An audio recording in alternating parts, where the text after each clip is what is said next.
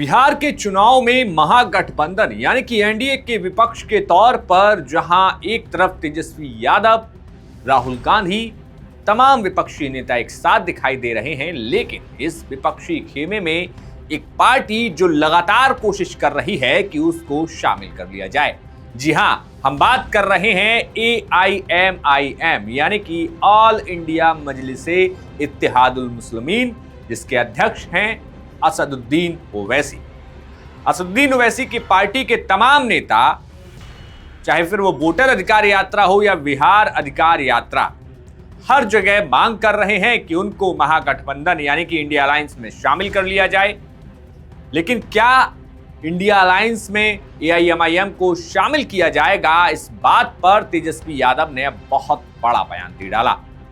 इतना ही नहीं, अब तक जो एक बात तेजस्वी यादव ने नहीं कही थी, वो बात अब तेजस्वी यादव ने कह दी है। और वो बात न सिर्फ AIMIM के लिए बल्कि उन तमाम पार्टियों के लिए भी एक लकीर के तौर पर है जो बिहार चुनाव में इंडिया अलायंस में आकर सीटें मांग रही हैं।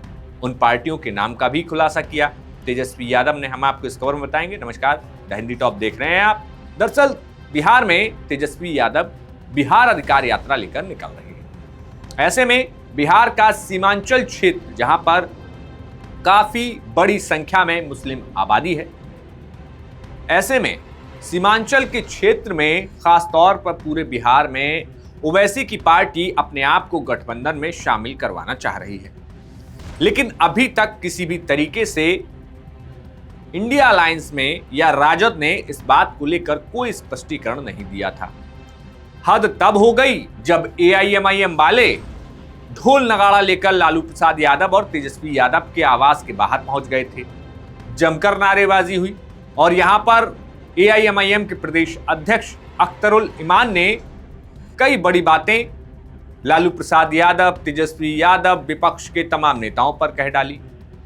तो ऐसे में जब तेजस्वी यादव से उनकी बिहार अधिकार यात्रा के दौरान सवाल किया गया कि AIMIM के नेताओं के द्वारा लालू यादव और तेजस्वी यादव के घर बाहर ढोल बजाने को लेकर सवाल हुआ, तो तेजस्वी यादव ने क्या कहा वो आप जान लीजिए। तेजस्वी यादव ने कहा कि देखिए, वे ढोल बजा रहे हैं तो वे समझौता करने आए थे या धमकी देकर गए, ये चर्चा का विषय हो सकता है। लेकिन अभी तक असदुद्दीन साहब का फोन ना मेरे पास आया, ना ही लालू जी के पास आया। और AIMIM का जो इशू है कि AIMIM गठबंधन में चुनाव लड़ना चाहती है, तो गठबंधन में शिवसेना भी चुनाव लड़ना चाहती है, बिहार में NCP भी चुनाव लड़ना चाहती है। तो ऐसे में कई दल हैं। इतना ही नहीं, तेजस्वी यादव ने सिर्फ AIMIM नहीं, किसी भी पार्टी के बिहार में चुनाव लड़ने को लेकर बड़ी बात कहते हुए बड़ी लकीर खींच दी। तेजस्वी यादव ने कहा कि इंडिया अलायंस में जितनी पार्टियां हैं, सब पार्टियां जो हैं देश भर की बिहार में हमसे गठबंधन के चुनाव लड़ना चाहती हैं। लेकिन हम तो कहीं नहीं जाते, हमारा तो बिहार ही है। अगर बिहार में RJD नहीं लड़ेगी तो कहां लड़ेगी भाई साहब? अगर हम सबको दे देंगे तो सिर्फ देने वाले हम ही क्यों बने? और राज्यों में हमको कौन देता है? हैदराबाद में क्या हमको सीटें मिलेंगी? ये बड़ी बात तेजस्वी यादव ने अपने इंटरव्यू के दौरान कही।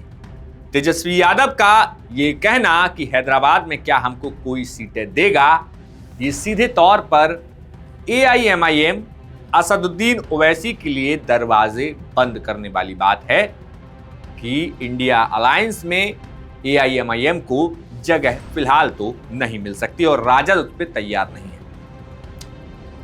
लेकिन इन तमाम मुद्दों के इतर तेजस्वी यादव के इस बयान में बड़ी बात यह रही कि तेजस्वी सिर्फ ओवैसी और AIMIM तक नहीं रुकी। ओवैसी ने AIMIM के प्रदेश अध्यक्ष अख्तरुल इमान को लेकर कई गंभीर बातें कही। तेजस्वी ने कहा कि अख्तरुल इमान वो हमारी पार्टी से पहली बार विधायक बने हैं, लालू जी ने उनको बनाया था और आज लालू जी को वो धमकी देकर जा रहे हैं। रिश्ता बनाने का एक तरीका होता है और ये तो वही अख्तरुल इमान हैं जो सम्राट चौधरी जब जीते थे आखिरी बार 2010 में RJD में, उस समय सम्राट चौधरी विधानसभा के विरोधी दल के सचेतक थे और अख्तरुल इमान उस समय विधायक थे। ये दोनों मिलकर के पार्टी को उस समय तोड़ने की कोशिश कर रहे थे। फिर ये लोग भागे थे जनता दल यूनाइटेड में। तब जनता दल यूनाइटेड ने टिकट किशनगंज से अख्तरुल ईमान को दे दिया था, जो इन्होंने रिफ्यूज कर दिया था। जदयू ने बाद में सम्राट चौधरी को एमएलसी बनाया, फिर जदयू ने एमएलसी पद से हटा भी दिया था सम्राट चौधरी को। तो सम्राट चौधरी और इन लोगों की सोच एक जैसी है। ये लोग इल्जाम लगाते थे कि हम तोड़े हैं, अरे भाई हम तो जोड़े। तो ये पूरा बयान आपने देखा कि तेजस्वी यादव ने न सिर्फ एआईएमआईएम पर कहा, न सिर्फ असदुद्दीन ओवैसी पर कहा, न सिर्फ उन तमाम पार्टियों को कहा जो बिहार में चुनाव लड़ना चाहती हैं इंडिया अलायंस के साथ आकर, बल्कि तेजस्वी यादव ने अख्तरुल ईमान की भी पूरी सियासी पोल खोल दी। ऐसे में इतना साफ दिखता है कि एआईएमआईएम के लिए इंडिया अलायंस में कोई जगह नहीं है। लेकिन आखिर उसके पीछे की वजह क्या है? हम लगातार आपको अपने तमाम वीडियो में वो वजह बताएं, लेकिन आपको फिर बताते हैं। आज सेकुलर वोटों के बिखराव से बचाने की जब प्रयास हो रही है, तो घटक दल में सबसे ज्यादा दिक्कत राजद को है। और राजद वो राजद है जिसने माई समीकरण पर पूरी राजनीति की है। माई का ये लोग अभी कुछ और वो डिफिनेशन पेश कर रहे हैं, लेकिन 90 में माई समीकरण का मतलब था मुस्लिम एंड यादव, है ना।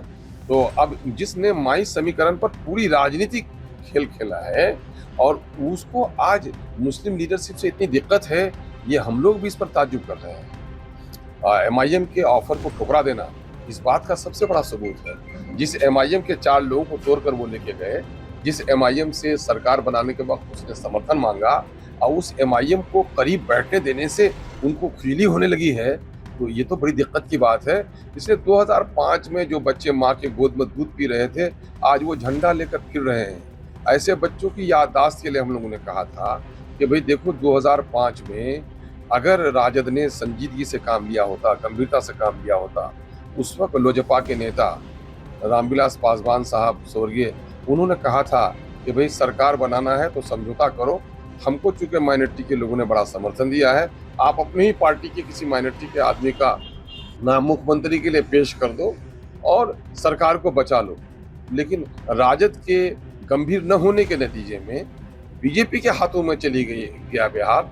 अगर उस वक्त शायद गंभीरता से के साथ ये लोग गौर किए होते तो शायद बिहार में बीजेपी के मनहूस कदम नहीं चल पाते। बिहार का सीमांचल एरिया, जहां पर मुस्लिम आबादी अपेक्षाकृत ज्यादा है, ऐसे में यहां पर 2020 के चुनाव में ओवैसी ने 5 सीटें जीती थी। इन तमाम इलाकों में कहा गया था कि ओवैसी 5 सीटें जरूर जीत गए, लेकिन आरजेडी और कांग्रेस को काफी ज्यादा गहरा नुकसान कर गए।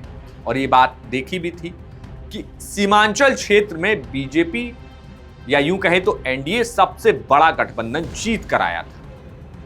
यानी कि साफ तौर पर भले ही ओवैसी 5 सीटें जीते थे, लेकिन विपक्ष ज्यादातर सीटें हार गया था। अगर सीट वाइज भी अगर आंकड़े देख लें तो कटिहार में जेडीयू को 3 सीटें मिली थी, कांग्रेस ने 2 जीती थी और माले ने 1 जीती थी। यहां कांग्रेस और राजद को 1-1 सीट का नुकसान हुआ था। इसके अलावा अररिया की सीट को देखें तो यहां मुकाबला दिलचस्प हुआ था। अररिया में भाजपा को 3 मिल गई थी, जदयू को 1 और कांग्रेस को 1 और एआईएमआईएम को भी 1 सीट मिली थी। यानी कि राजद अररिया में खाता नहीं खोल पाई थी। इसके अलावा पूर्णिया विधानसभा की सीटें पिछले चुनाव के रिजल्ट को देखें तो यहां पर कांग्रेस और राजद को ही ज्यादा नुकसान हुआ था, जहां एआईएमआईएम के अख्तरुल ईमान चुनाव जीत गए थे। पूर्णिया में जदयू के 2, भाजपा के 2, कांग्रेस के 1 और एआईएमआईएम के 2 प्रत्याशी जीते थे। यहां भी राजद का सुपड़ा साफ हुआ। तो वहीं किशनगंज, जहां सबसे ज्यादा मुस्लिम आबादी कही जाती है, वहां पर एआईएमआईएम ने 2 सीटें जीती, जबकि कांग्रेस और राजद को 1-1 सीट पर ही संतोष करना पड़ा था। तो ये तो समीकरण की बात हो गई कि आखिर तेजस्वी यादव जले को फूक फूक कर पीना चाहते हैं। लेकिन आगे आने वाले चुनाव में सवाल यह है कि आखिर ओवैसी को लिया क्यों नहीं जा सकता? क्या सिर्फ राजद नहीं चाहती या कांग्रेस भी इससे दूरी बनाकर चल रही है? दरअसल हमने आपको पिछले वीडियो में बताया था कि ऐसी पार्टियों के साथ जो कि एक खास तौर पर विशेष जाति या विशेष धर्म से संबंध रखती हैं, असम में 2021 में जब कांग्रेस ने गठबंधन किया था तो ध्रुवीकरण के कारण उसको हार देखनी पड़ी थी। और बड़ी बात यह भी है कि अल्लाह वरू साफ कह चुके हैं कि हम छोटी पार्टियों और छोटे जो दल हैं उन सबको ज्यादा तरजीह देंगे। लेकिन इसके इतर बड़ा सवाल यही है कि क्या विपक्ष किसी भी तरीके से बिहार के चुनाव में पोलराइजेशन ना हो इसके लिए ओवैसी से दूरी बना रहा है? क्योंकि यह बात तय है कि असदुद्दीन ओवैसी जब भाषण देने उतरते हैं तो भारतीय जनता पार्टी या यूं कहे तो एनडीए उन पर जमकर हमले करती है। और सोशल मीडिया किस तरीके से राजनीतिक बयानों को तोड़ मरोड़ कर पेश किए जाते हैं, तो क्या राजद उस बात को लेकर दूरी बनाकर चल रही है कि किसी भी तरीके से बिहार के चुनाव में पोलराइजेशन ना हो पाए? क्योंकि राजद के सामने चुनौती यह है कि मुस्लिम और यादव वोटरों के अलावा जो अन्य जातियां हैं, ओबीसी जातियां हैं, ईबीसी जातियां हैं, दलित महादलित जातियां हैं, वो इस समीकरण से क्या डरती हैं? अगर विश्लेषकों की माने भी तो ये तमाम जो साइलेंट जातियां कही जाती हैं वो ये देखकर वोट करती हैं कि आखिर जिसको वो वोट करने जा रहे हैं वहां पर उनका सम्मान होगा, क्या सुरक्षा मिलेगी, क्या उनके वोट की वैल्यू की जाएगी। तो ऐसे में उस डर को खत्म करने के लिए और ध्रुवीकरण से बचने के लिए क्या ये तेजस्वी यादव की कोई स्ट्रेटेजी है, या फिर इस फैसले पर बदलाव हो सकता है, या फिर इंडिया अलायंस में ओवैसी के दरवाजे खुल जाएंगे? अब ये देखने वाली बात होगी। आपका इस खबर पर क्या कुछ कहना है हमें कमेंट बॉक्स में बताइए। देखते रहिए द हिंदी टॉप। शुक्रिया।